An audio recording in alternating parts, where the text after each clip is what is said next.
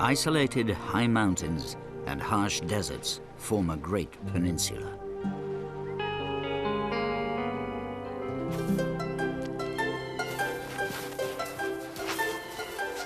Strange animals and plants inhabit this little-known world.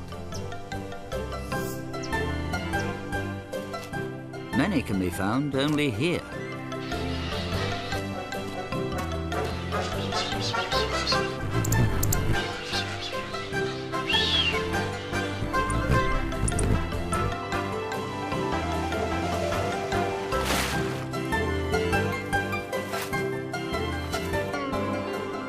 Their outlandish looks give the place an alien appearance. Yet this peninsula is only a few hours' drive south of one of the world's great cities, Los Angeles. This is the story of the other California and its wildlife.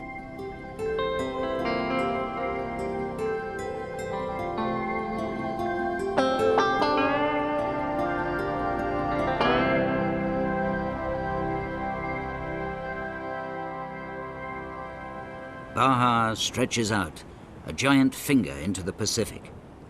Few people travel here, and most that do relax in resorts at the southern tip or come to watch the whales. Like these grey whales that spend the winter in Baja.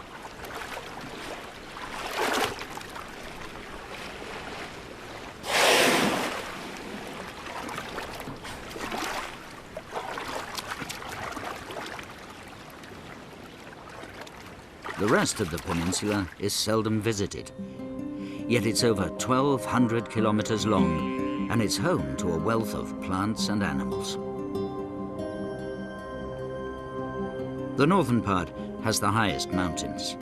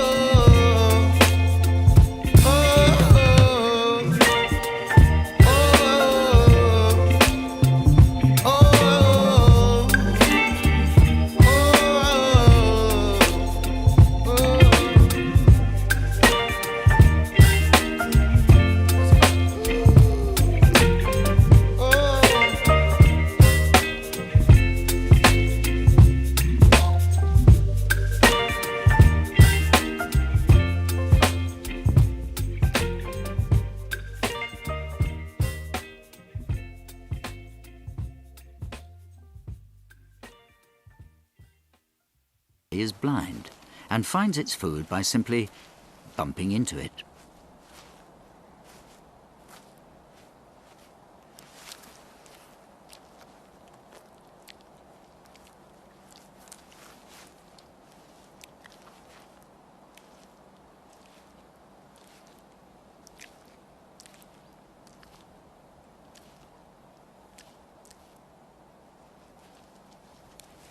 The greatest mystery about this strange 20-centimetre-long reptile is how it got to southern Baja.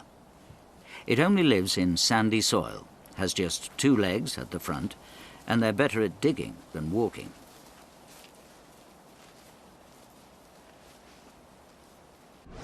Today, the ajolote inhabits the strip of land that flanks the southern mountains. Its nearest relatives live in tropical Mexico.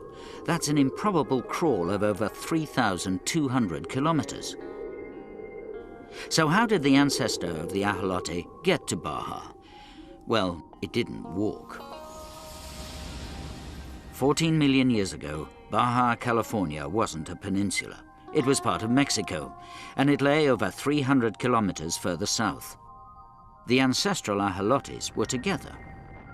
The infamous San Andreas Fault ripped Baja from the mainland.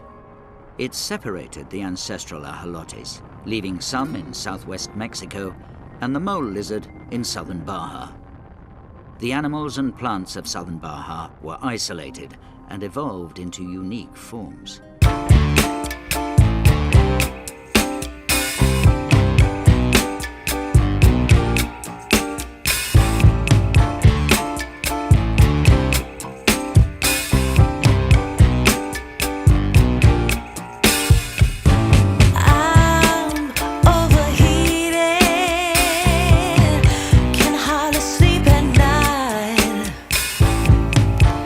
Doing crazy dreaming.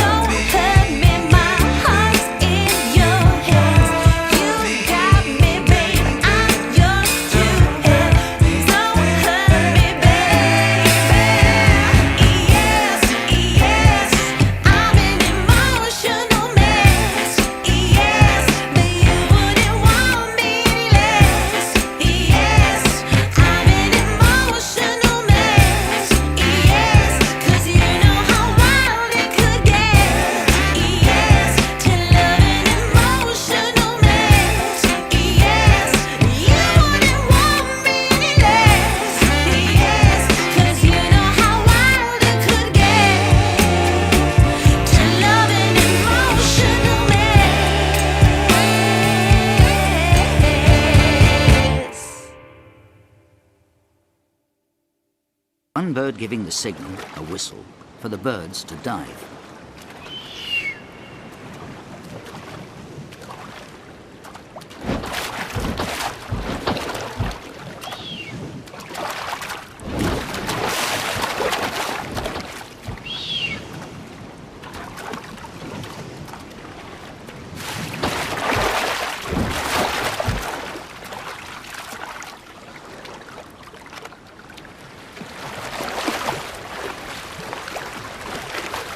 Blue-footed boobies are only found in the eastern Pacific, and the greatest concentration of birds is in the Sea of Cortez, testimony to the richness of this new sea.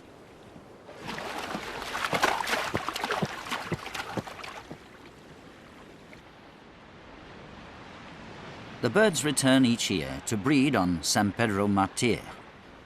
This is the most remote island in the Sea of Cortez. It's composed of volcanic rocks that rose from the spreading seafloor about 2 million years ago.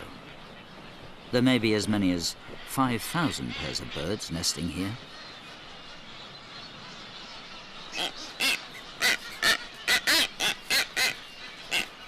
The males have yellow irises, while the females have darker ones.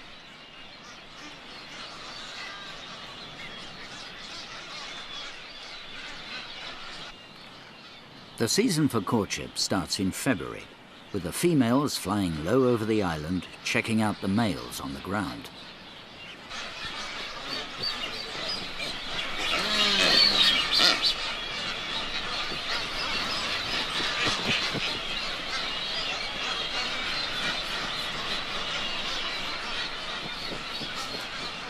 The males show off their outrageously blue feet and point their bills skywards to try and attract the females to land beside them. However, there's a snag with this preliminary to courtship. Boobies are no good at slow-speed maneuvering, and on calm days, they land like bricks.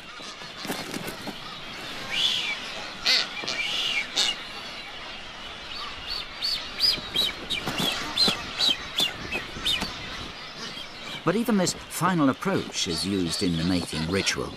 The blue feet shown off to good effect as the female applies the brakes.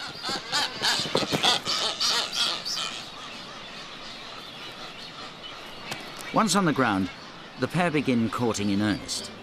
Feet are displayed in silly walks and exaggerated leg raises.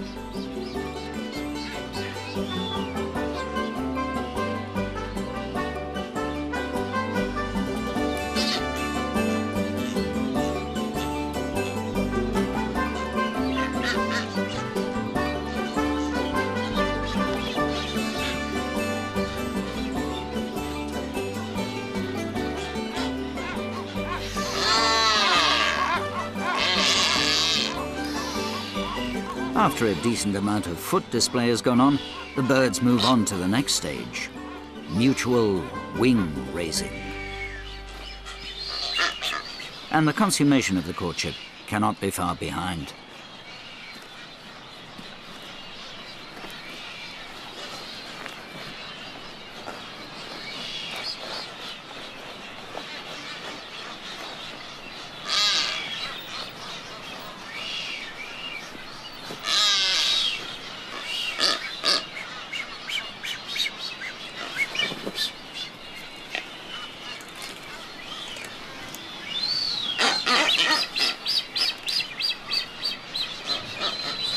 The predictable result of all the courtship is eggs. The boobies lay 2 eggs, often with a day between them. The birds shade them from the harsh sun and use the supply of warm blood to their feet to help incubate the eggs.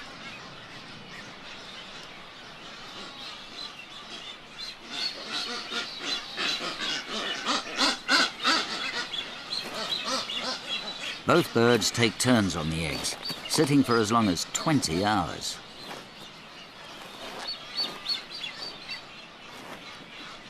The off-duty parent spends that time at sea, fishing.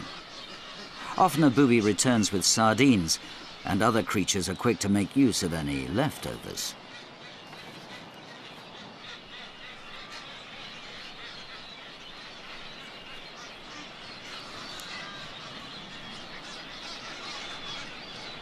The lizard has to watch the sharp bill of the booby. This side-blotched lizard is found nowhere else on Earth. San Pedro Martir is its only home, and the sardine is welcome food.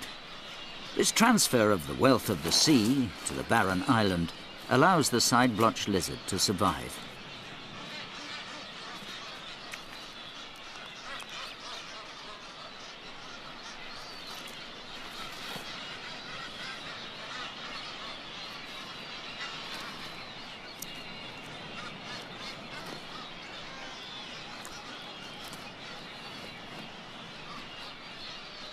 The nest sites where their fish scraps are prized, and the lizards will defend them from others of their kind. But the lizards are not the only land lovers on the island.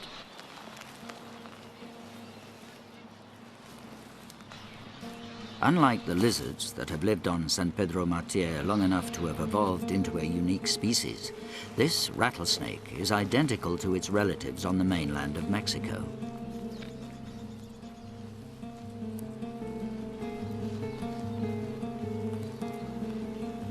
It is a western diamondback, and it feeds on baby boobies and lizards.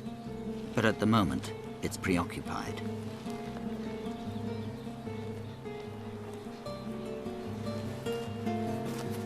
This large male is following the scent of another male.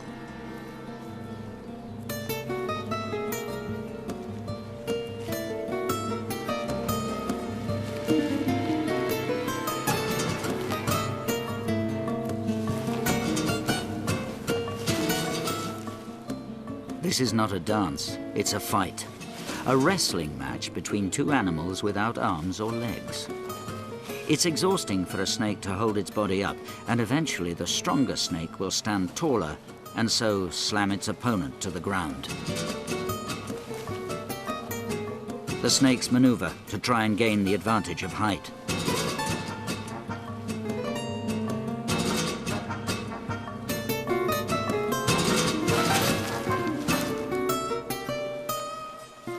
The victor will become the dominant snake of his part of the island.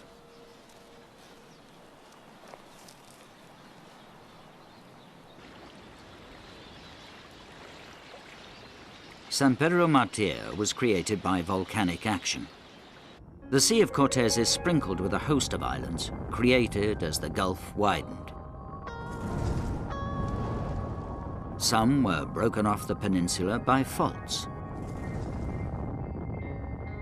Others were formed as the sea level rose. These islands have become laboratories of evolution.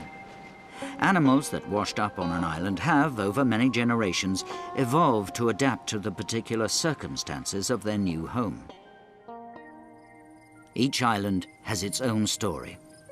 And perhaps the strangest story of all is that of Santa Catalina. Unlike San Pedro Martir, Santa Catalina has trees and shrubs. And this snake took to the trees to find its food.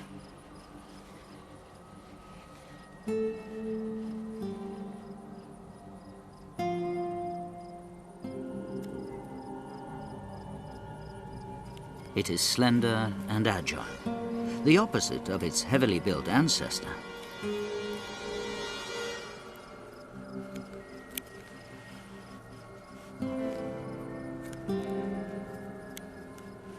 For this is a rattlesnake that has lost its rattle. No one knows why for sure, but the rattle may make a noise as it brushes against the branches and twigs, so giving the snake away as it hunts.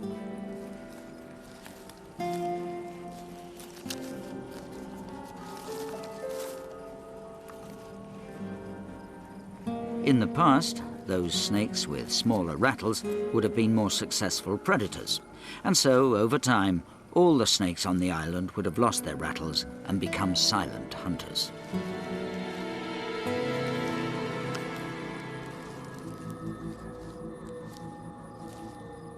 The rattlesnake without a rattle is unique to Santa Catalina.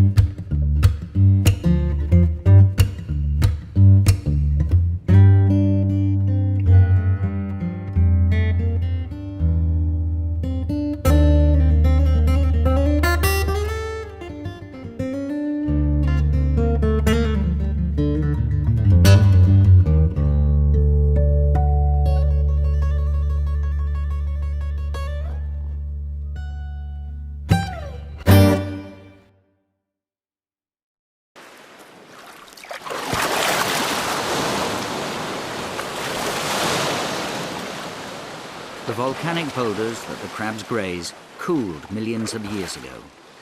But they're washed by a sea that rose and created the island in the last 15,000 years, as the Ice Age came to an end.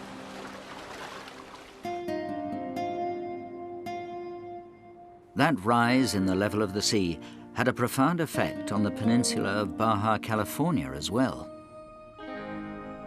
The coastline changed, and so did the climate.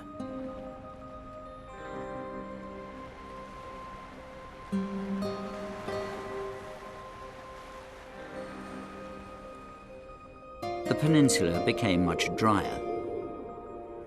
15,000 years ago, there were forests of pine and oak, but these shrank as the climate became hotter and drier. They were replaced by grasslands. But the grasslands too retreated with the ever more extreme climate. Today, most of Baja is a desert. This is one of the toughest places on Earth to live. Strictly speaking, a desert is a place that receives less than 25 centimeters of rain a year.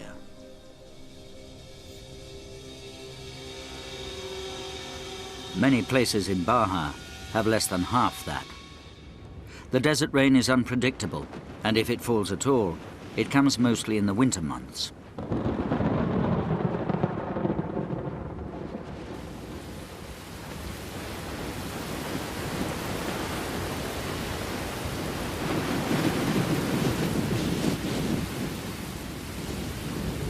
On rare occasions, once in 100 years, there is so much winter rain that the springtime desert is transformed.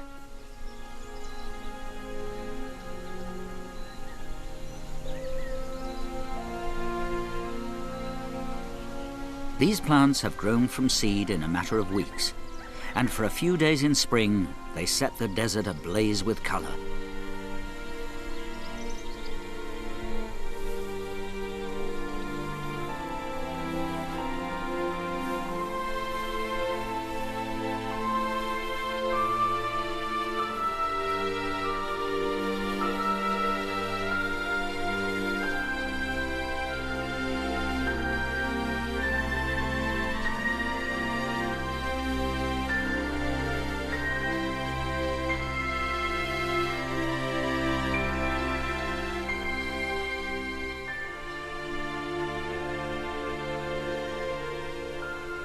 The ephemeral flower show comes to an end, and the plants set seed. This is a time of plenty for the California quails. Each square meter of ground may harbor 10,000 seeds.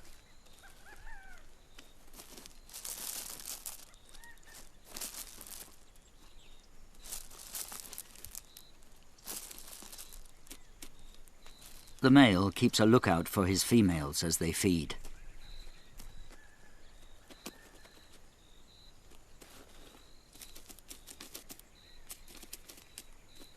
The seeds that the birds miss will remain in the soil for many years until another exceptional winter rain. Even the desert perennials like the brittlebush put on a better show after abundant winter rains. But the effect doesn't last for long, and if there's no more rain, the brittlebush dies back and becomes dormant.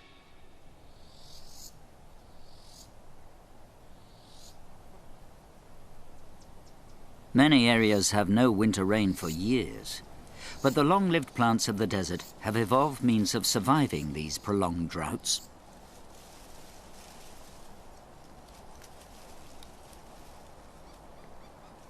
The elephant tree has a swollen trunk that stores water. By this means, it can survive years without rain.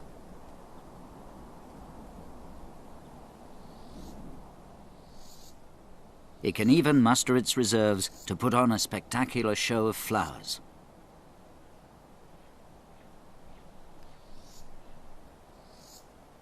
Whilst it flowers in the driest season, the elephant tree only puts on leaves when it rains. This way, it conserves its store of water.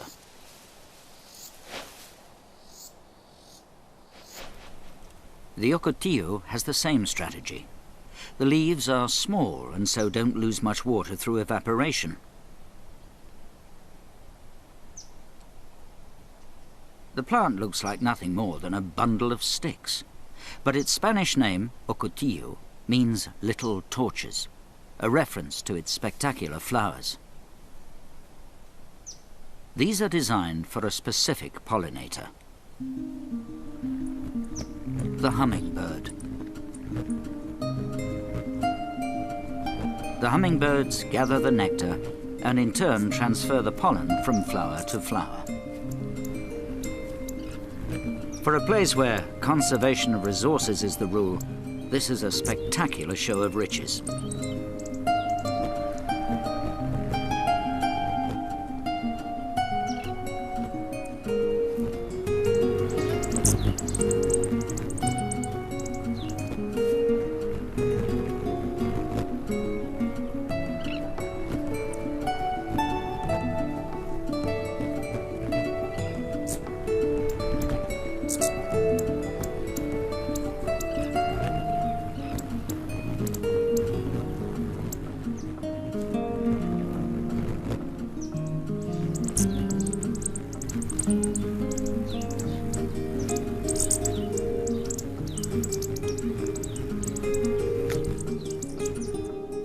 Despite the showiness of its flowers, after a while, if there's no more rain, the ocotillo removes the nutrients from its leaves and prepares to discard them.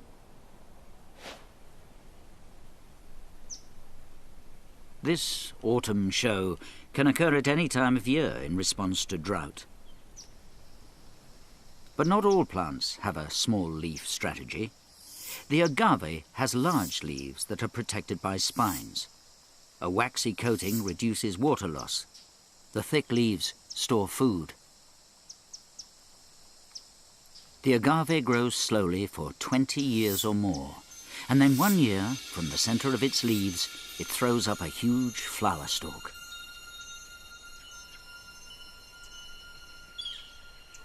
The flower is 3 meters tall, and the plant produces liters of nectar.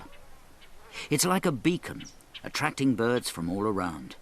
They feast on the abundance of nectar and pollen.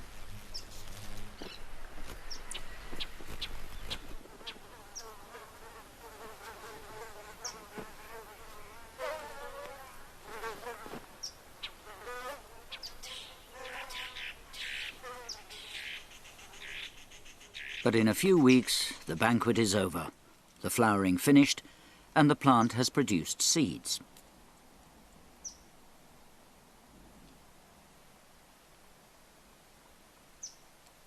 It's not just the flower that has died. The plant itself is dead. All the reserves of food and water that were stored for decades in the leaves have been used up in the one super flower. The agave flowers only once, then dies. But the seeds survive, and given good rains, the offspring will grow up beside their long-dead parent. The agave, with its large leaves, is the exception that proves the rule. Most desert plants have small leaves. These belong to a relative of the ocotillo. It is one of the strangest plants on Earth.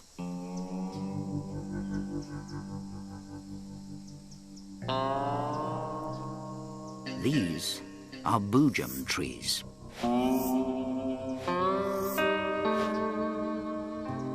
They're so bizarre that they were named after a character in a Lewis Carroll nonsense poem.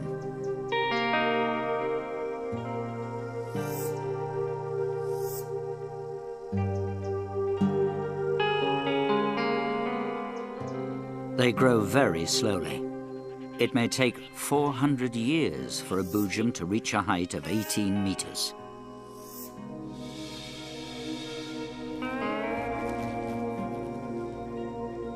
They flower in the heat of the summer. These strange plants give the desert an alien look.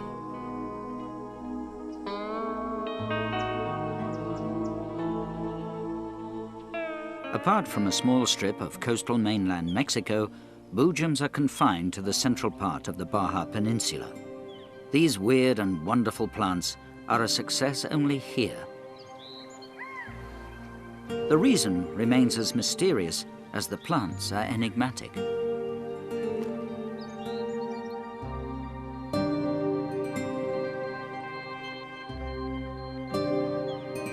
The Bujum grows alongside another giant, the Cardon cactus. This is the largest cactus in the world, up to 20 meters in height.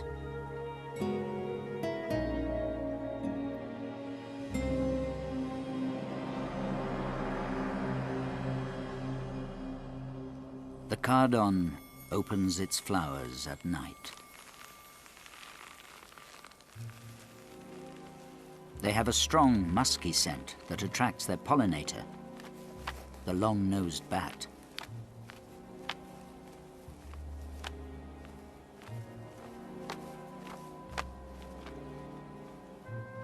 The bat's head fits the shape of the flower. The long nose is pressed deep into the flower tube, whilst the bat's tongue licks up the nectar. The Cardon produces its sweet liquid reward at night to ensure its nocturnal servant is repaid.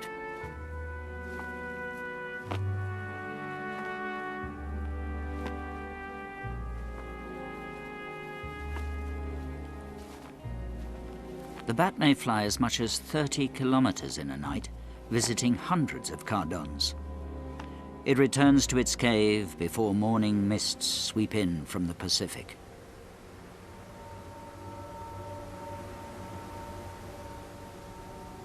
In rainless years, this is the sole source of water.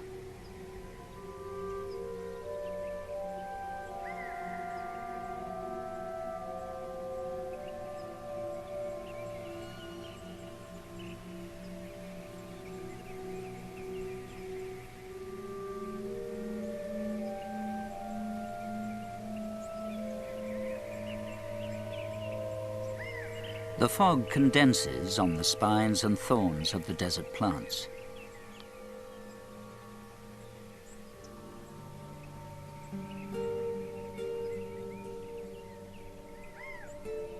This source of water creates strange anomalies. Bujums clothed in lichens.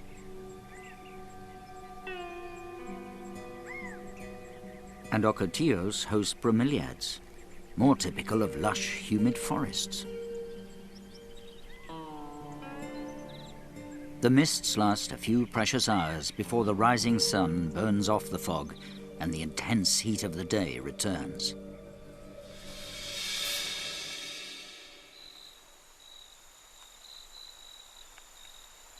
Whilst the giant Cardon depends on a bat for its pollination, it is the creatures of the day that distribute its seeds. Each golf ball-sized fruit is full of a mixture of sweet pulp and small seeds. When the desert is at its most extreme, at the height of the summer, this is a welcome source of food. Gila woodpeckers and cactus wrens probe the fruits. Smaller birds search for fruit opened by the woodpeckers. Normally, the woodpeckers feed on insects, but the fruit provides energy at this tough time. The Cardon produces thousands of seeds each year. Few survive, but the Cardon can live for 200 years. Over that time span, only 2 seeds need to grow to maturity for the plant to be a success. And it is a success. In some of the desert foothills, Cardons are so dominant that they form forests.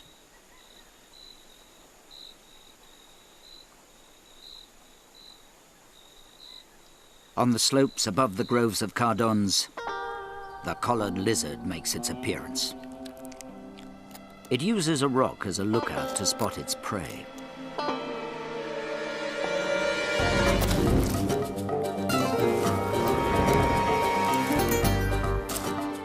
The lizard is a fast and deadly assassin.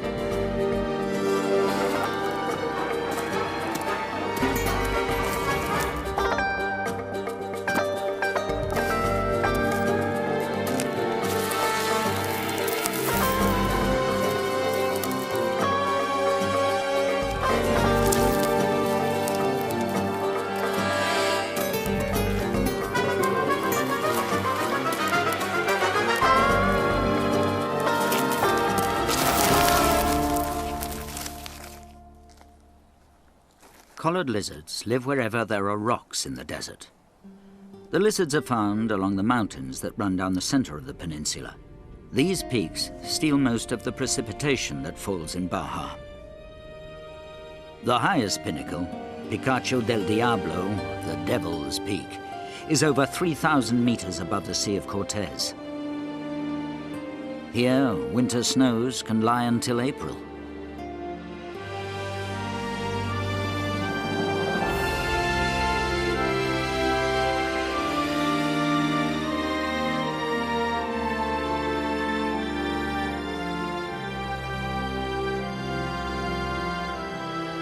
The moisture that falls in the mountains is channeled into the few streams that flow down to the desert. Their progress is marked by lines of palms.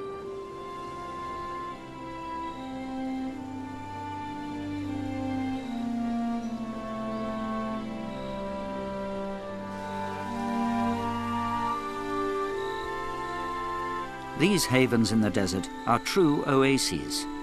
Palms live side by side with cactus around the precious pools of water.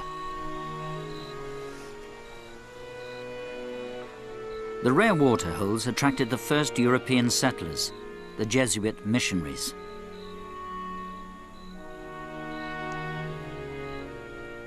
They saw a paradise, but beyond the confines of the missions, the desert defeated them. They never understood it, and when the Jesuits were recalled, the missions crumbled.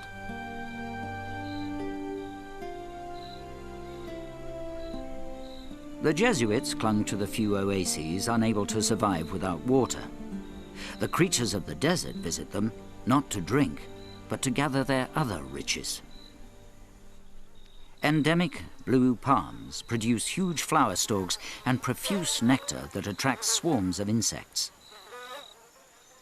The fruit brings in other creatures.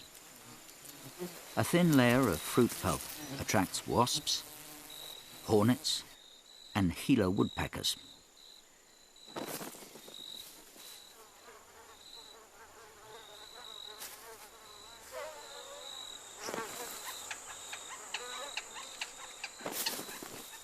The fruit pendulum on their stalks, reducing the effectiveness of the woodpecker's hammering. But the sweet pulp makes it worth persevering.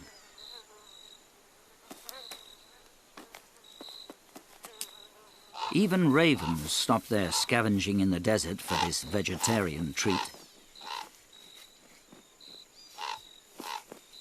But the oases are just pinpricks on the map. Water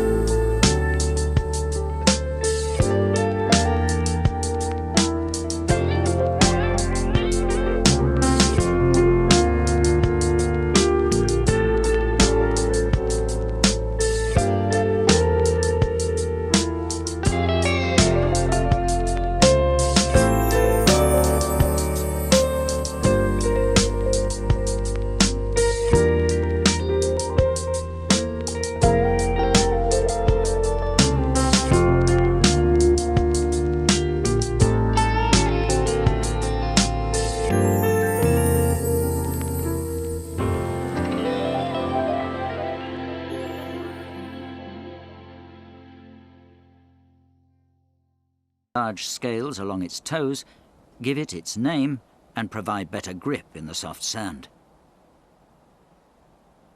The lizard makes shallow breathing movements to avoid the sand collapsing on it when it's buried. Its nostrils have U-shaped bends to keep out the sand. And its jaw is countersunk to stop it swallowing grit.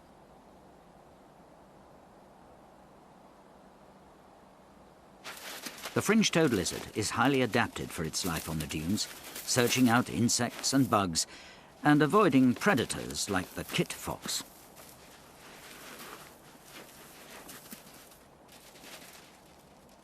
For the kit fox, the sand is just an easy place to dig a den. For the sidewinder, it is its whole world. The sidewinder is a rattlesnake that has evolved amongst the dunes. Its curious means of locomotion keeps the snake's body off the hot ground and gives it grip on the sand.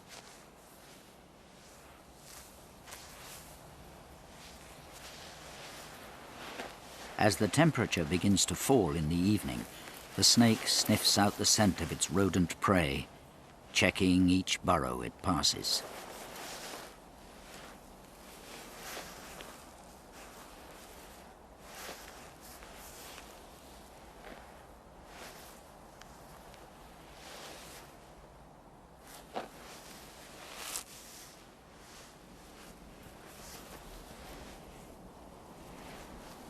It has 3 speeds: a crawl, a slow sidewind, and a gallop that it uses when it wants to cover ground fast. The sidewinder's top speed is 1 meter per second.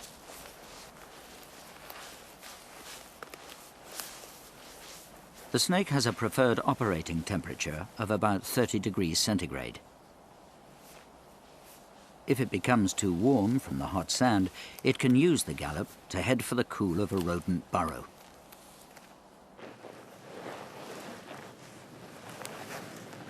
The sidewinder and fringe-toed lizard are highly specialized creatures of the dunes. And many of the animals and plants of Baja are amongst the strangest on Earth. They've evolved along with the geological changes that created the peninsula and the Sea of Cortez.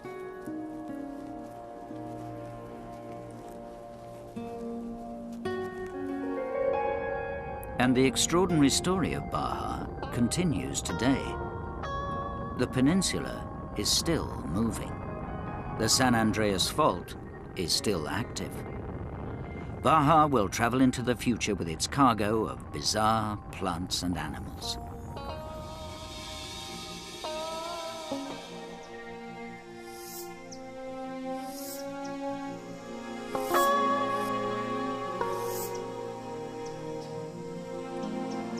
It's hard to imagine that the plants and animals that evolve on a future Baja could be any more remarkable than those that inhabit the Great Peninsula today.